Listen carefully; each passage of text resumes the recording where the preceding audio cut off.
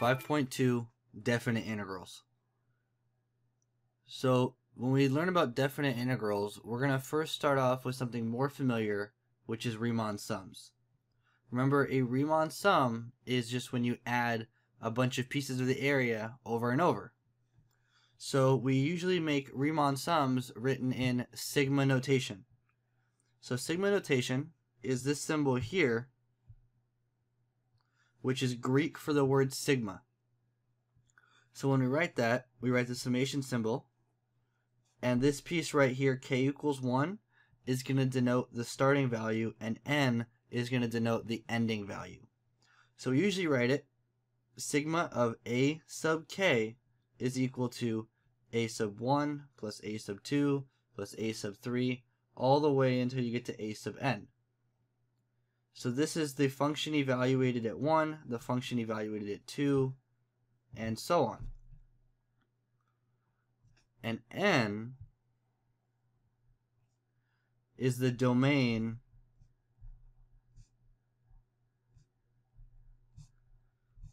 of the set of integers.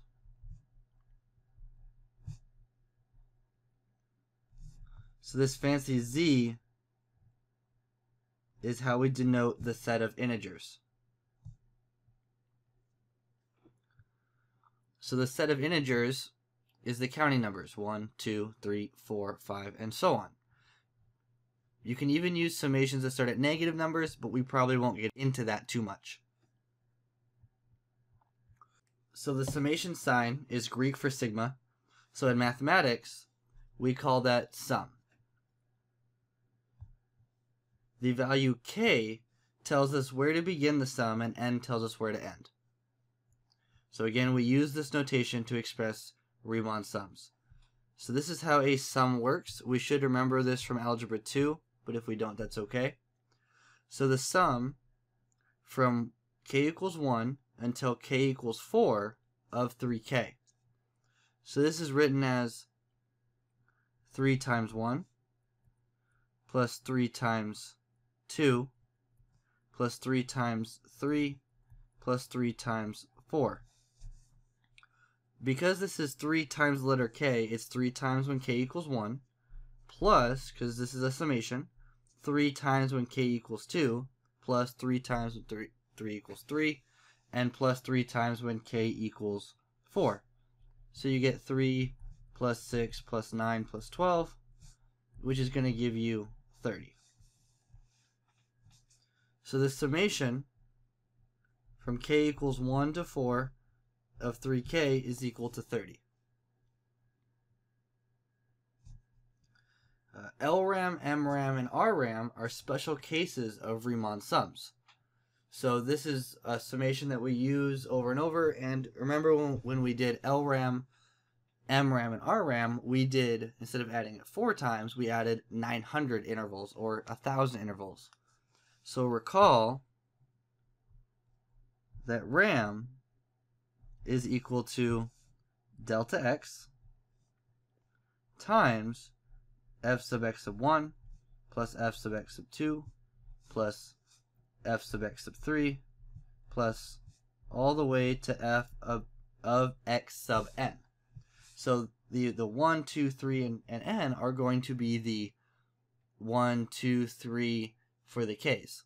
So this is going to be equal to f of x sub 1 times delta x plus f of x sub 2 times delta x plus all the way f sub x sub n times delta x. So all I did here was distribute in the delta x. So you notice that each time we have a delta x and we're just changing the function, so we're going to write this using sigma notation. So to do that, we start at our k equals 1 value, which is right here, and we're going to go all the way to n, because right here we start at 1, 2, and all the way until we get to n. And you see how we have an f each time. So each time we have this f. So that's right here, f of some value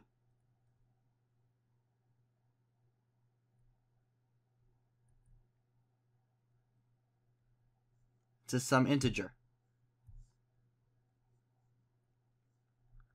So this is the k right here, and this is the c, is just representing an x value or an x function, and then our delta x is right here. So that's how you express a Riemann sum in sigma notation. So this whole thing is f of x, and this is the delta x. So again, this means the sum of the first n terms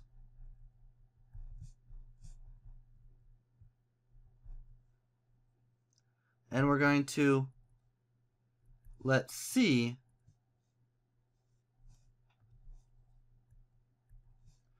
be some number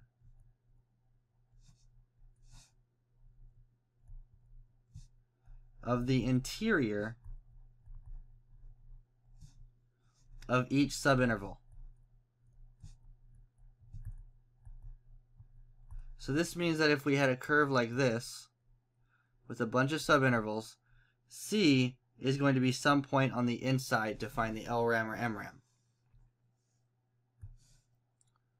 So when you evaluate the x at a point, what you're actually getting is the y value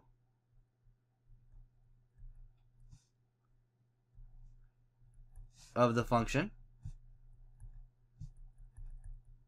And when you find the y value, what you're actually finding is the height of the rectangle. Remember, because when you want a Riemann sum, you're going to take delta x, which is the width, times the y value, which is the height. That's exactly what we're doing here. We're multiplying the delta x times the y value. And so the delta x times the y value to get your rectangles. And this is all delta x as well. Okay. Now let's move on to the actual definite integral. So the definite integral of a continuous function on an interval a to b. Let f be a continuous function on a to b, and let a to b be partitioned into n subintervals of equal length. So what I mean by that is we're going to take a curve and we're going to divide it into equal subintervals. And we're going to let those subintervals be equal length of delta x is equal to b minus a over n. Then the definite integral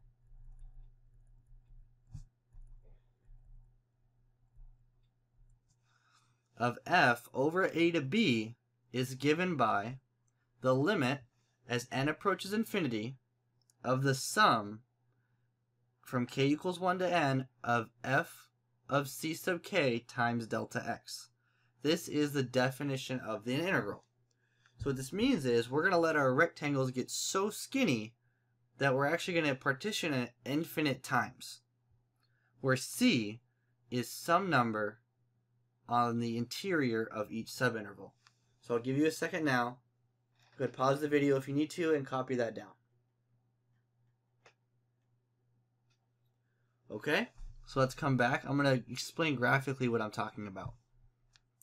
So let's say I had a graph and the curve looked, I don't know, something like that. I'm going to start at some point A, let's call it right here.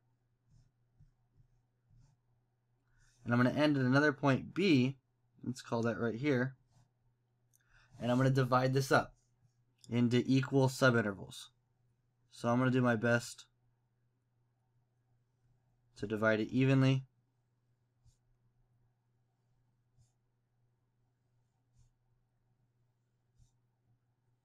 That's pretty close. So this distance right here is going to be delta x, which is equal to b minus a all divided by n. And then what we're going to do is we're going to find the areas of each of these. So we're going to find the areas of each of them, and we're going to add them all up. Now what an integral does is it lets the partitions be cut into infinitely small sections, like this. If my computer would work. Infinitely small strips like this, so you can get the area to be very exact. And so by cutting the strips infinitely small, you can find the exact area under the integral. So there's a theorem that says all continuous functions are integrable. Any continuous function we can take the integral of. So this is how you write the notation.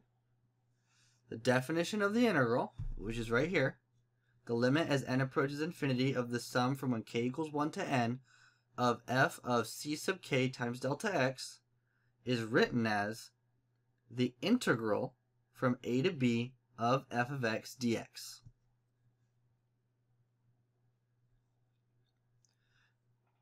So this is just the shorthand, so we don't have to write the limit each time. So let's talk about this integral symbol and what it actually means. So this big S-looking shape right here, this is the integral symbol.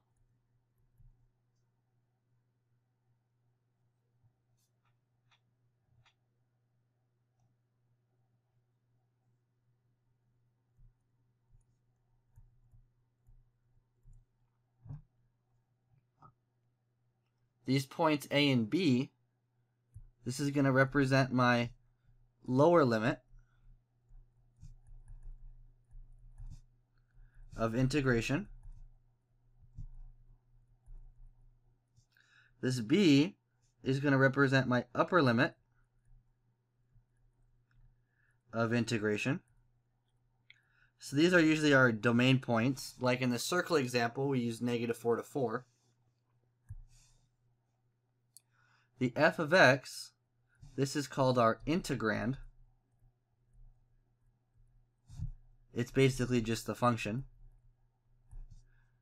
And the dx represents the variable of integration. Just like when we took derivatives, we took them in respect to a variable. When we integrate, we're also going to take them in respect to a variable as well.